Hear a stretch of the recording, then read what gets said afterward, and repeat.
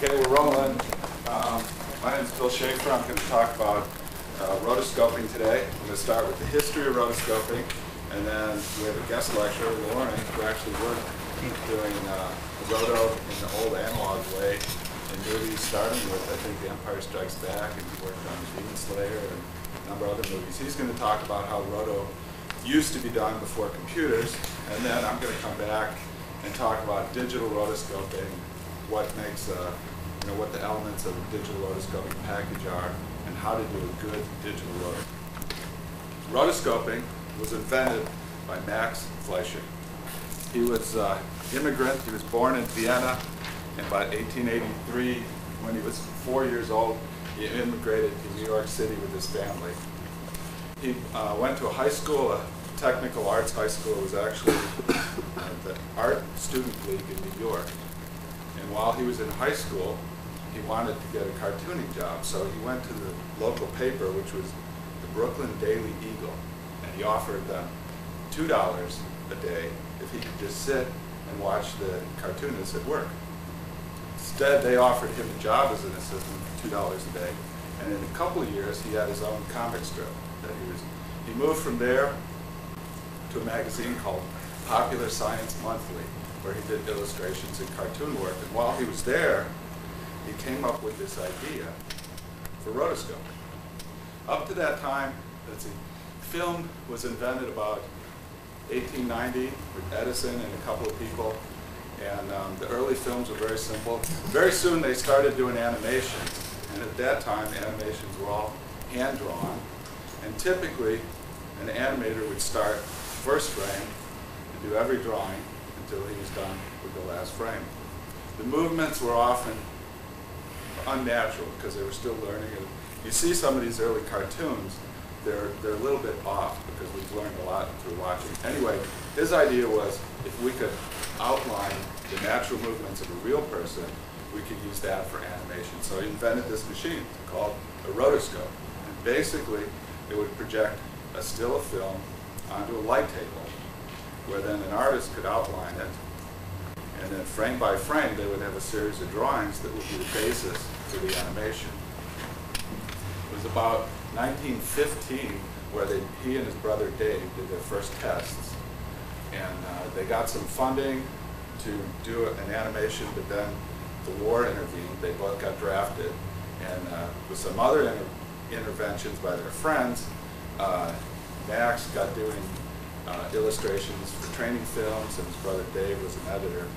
After the war ended, they shot for a year, and in 1919 came out with Koko the Clown out of the Inkwell. And I've actually seen one of these years ago before I knew anything about it, and it's very amazing. It's black and white cartoon, but it's hand-drawn to a very realistic level that you just don't see much in animation even today. And the one I saw was Koko was ice skating, and he's all falling all over the place, and it was really well done. Anyway, it was a big hit, and in the 20s, Max Fleischer was somewhat of a celebrity, and a lot of his films, he would appear live action with Koko the Clown.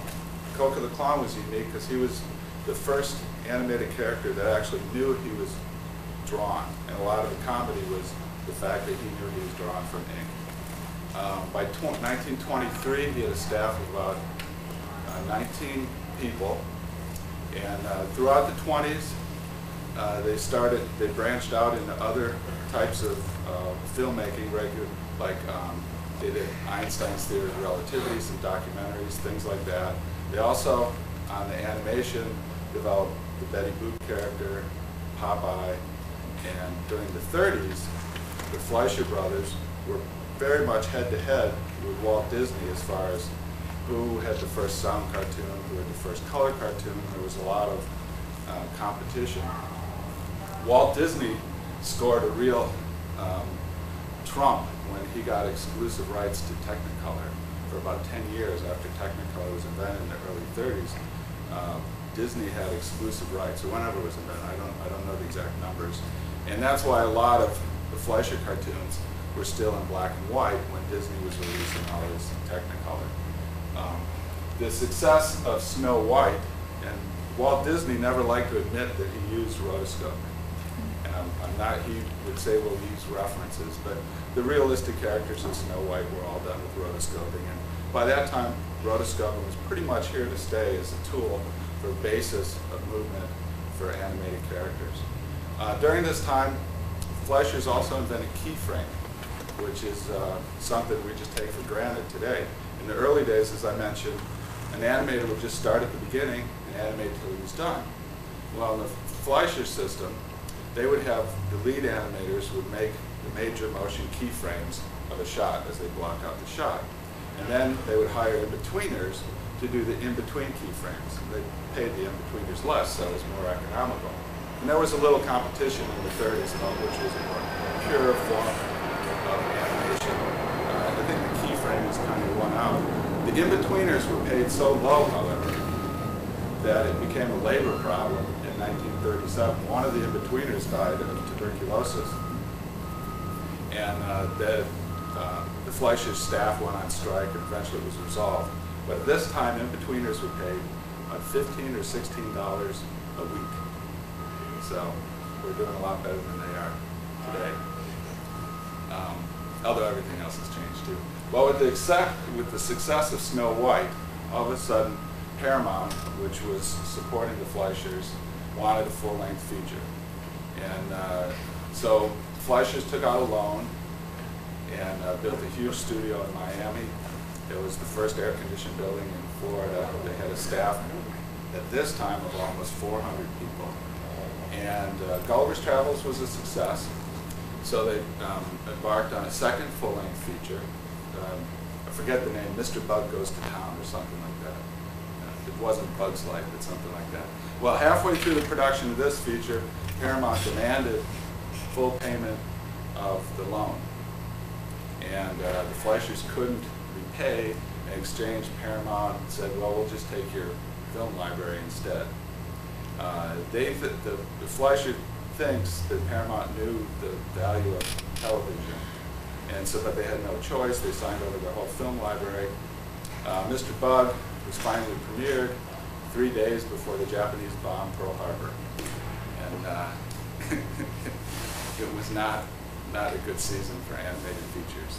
Even the Disney's cartoon at that time, I think, was Pinocchio, and that didn't do too well either. This was kind of the beginning of the end for the Fleischers.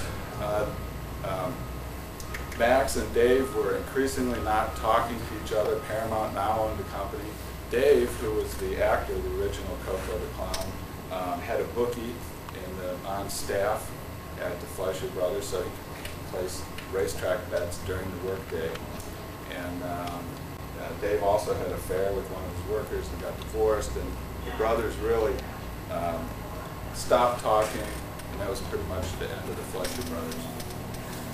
And they never talked again for the rest of their life. Max Fleischer died in 1972 at the age of 89, and he was very bitter at the end of his life that Paramount was showing all his early cartoons on TV and making money off of it. In fact, they had taken his credit off a number of the cartoons when they were airing them. He sued to have his credit restored at the end of the trailers, and it was just kind of an unfortunate thing. But we still rotoscope to this day, and we owe rotoscoping to Max Fleischer. It's probably the oldest digital art is rotoscope, except for traditional animation, which came beforehand. In the 40s and the 50s, people started using this roto technique for making mats for optical processes for special effect in regular films. And a very simple application of that would be, what movie? The only movie I can think of is The Sting in the 70s, where they took, they shot on a sound stage, and then they had a matte painter paint building extensions for like the downtown Chicago scenes and that. So they need a very simple mat that would outline the difference between the live action that was shot on the stage and the matte painting that was the background, the horizon in that. So they would use rotoscoping to make a mat for the sound stage, and then they'd make what's called a keyhole mat for the background.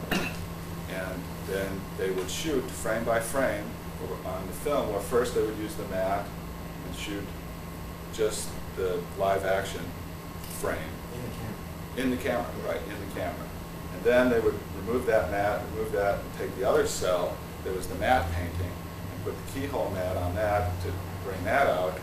And in the camera they would expose it again, and all the compositing was done in the camera. I never did that, and I've only heard descriptions of it, but Loring did that for many years. And he actually has a couple samples here with him, so he's going to come up. It's your turn. Well, anyway, first so off, this is Loring Doyle. Yeah, the best thing about digital is the time savings factor. The old way used to be so painfully hard and labor intensive.